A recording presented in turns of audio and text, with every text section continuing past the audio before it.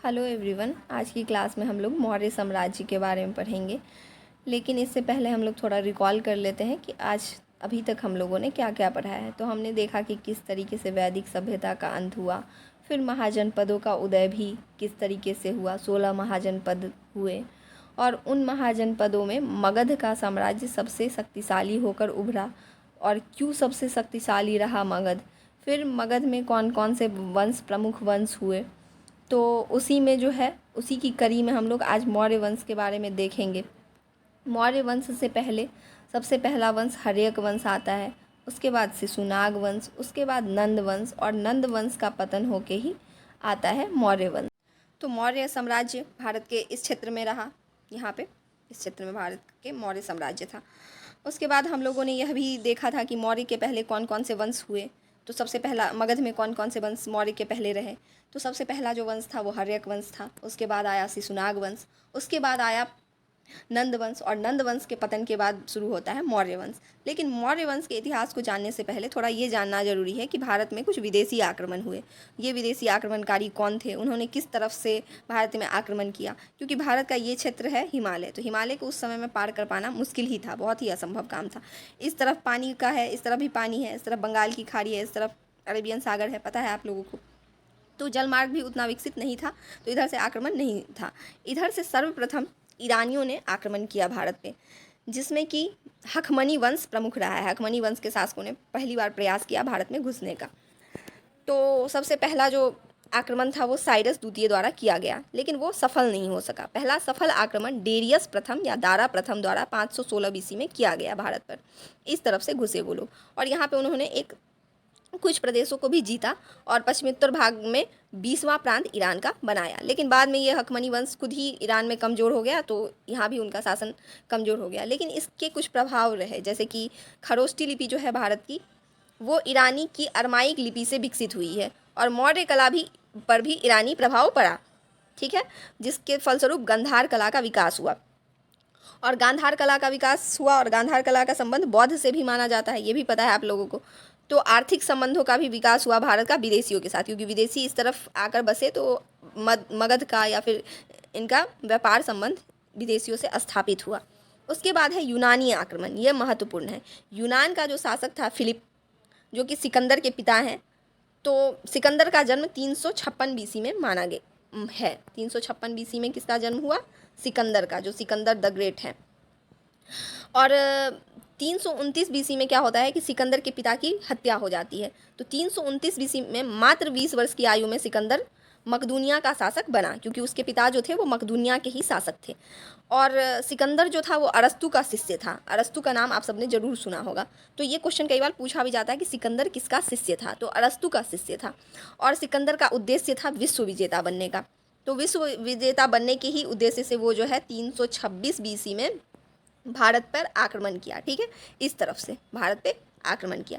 तो सबसे पहले उसने आक्रमण किया था तक्षशिला के शासक पर। तो तक्षशिला के शासक ने आत्मसमर्पण कर दिया, उनका नाम था आम्भी।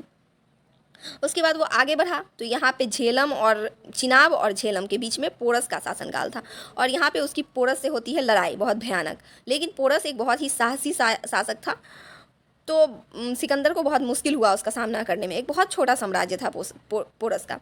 तो पोरस के साथ कहाँ पे उनकी युद्ध हुई? झेलम नदी के तट पर, जिसको कि यूनान में हाइड्रोस्पिसीज भी बोलते हैं। तो इसलिए ये झेलम या हाइड्रोस्पिसीज के युद्ध के नाम से फेमस है। ये किसके किसके बीच हुआ? बहुत बार पूछा जा चुका है, सिकंदर और पोरस के बीच में, जिसमें पोरस तो विजयी नहीं हो सका, लेकिन सिकंदर उसकी बहादुरी से इतना प्रसन्न था कि उसने उसका साम्राज्य उसको वापस कर दिया। अब यहाँ पे व्यास नदी थी, तो सिकंदर की सेना ने व्यास नदी को पार करने से मना कर दिया। तो सिकंदर फिर वापस लौट चला, वो स्थल मार्ग से गया और उसका जो एक और आधी सेना उसकी इधर से जल मार्ग से वापस गई, ठीक है। तो जल मार्ग से निर्याकस के नेतृत्व में सेना उसकी वापस गई और स्थल मार्ग से सिकंदर खुद गया वापस। इसी क्रम में क्या होता है कि सिकंदर की मृत्यु हो जाती है वापस लौटने के क्रम में। 325 बीसी में उसकी मृत्यु बेबीलोन नामक स्थान पर हो जाती है, 33 वर्ष की आयु में मात्र। और इसके साथ ही उसका विश्व विजेता बनने का जो अभियान था वो खत्म हुआ।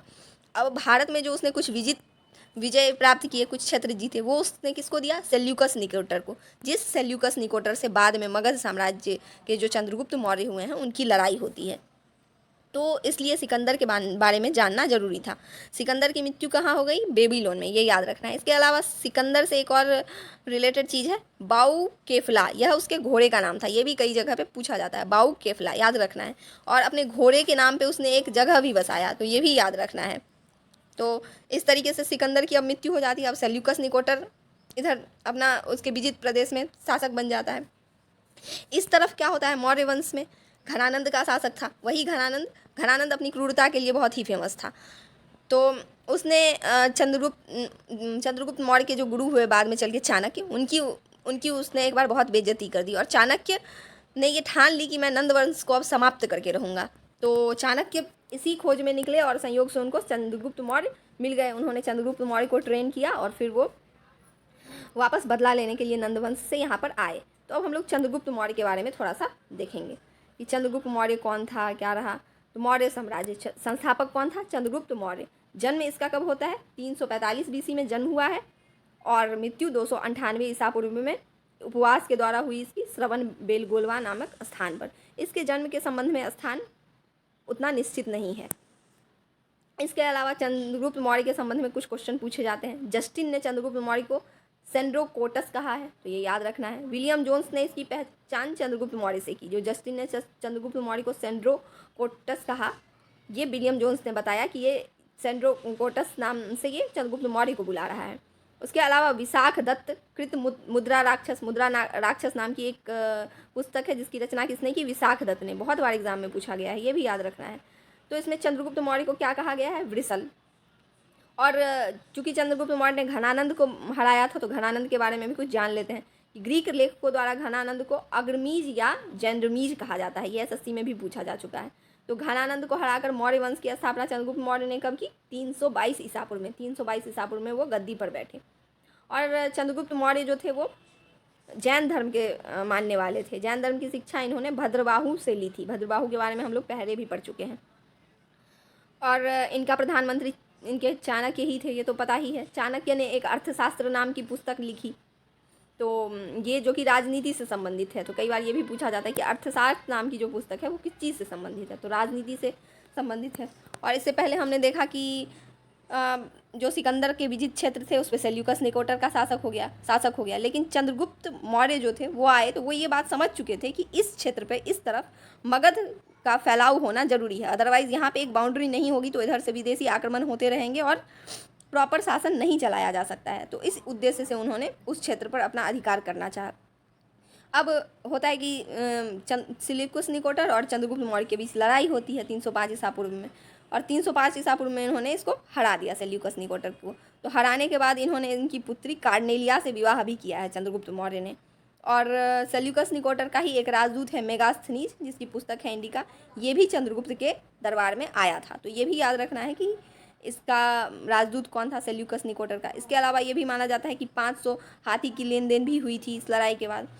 4 विजित प्रदेश जो है सेल्यूकस निकोटर ने उन्होंने चंद्रगुप्त मौर्य को दे दिए। तो ये सब थोड़ा याद रखना है। ये सब कल हम लोग और थोड़ा विस्तार से इस पर पढ़ लेंगे।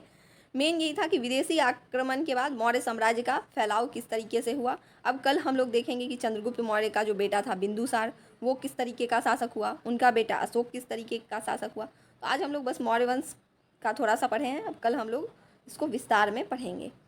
ठीक है, तो आज के लिए बस इतना ही रखते हैं। आप लोग इसको अच्छे से याद कर लीजिए, ये बहुत ही इंपॉर्टेंट है एग्ज़ाम्स के लिए।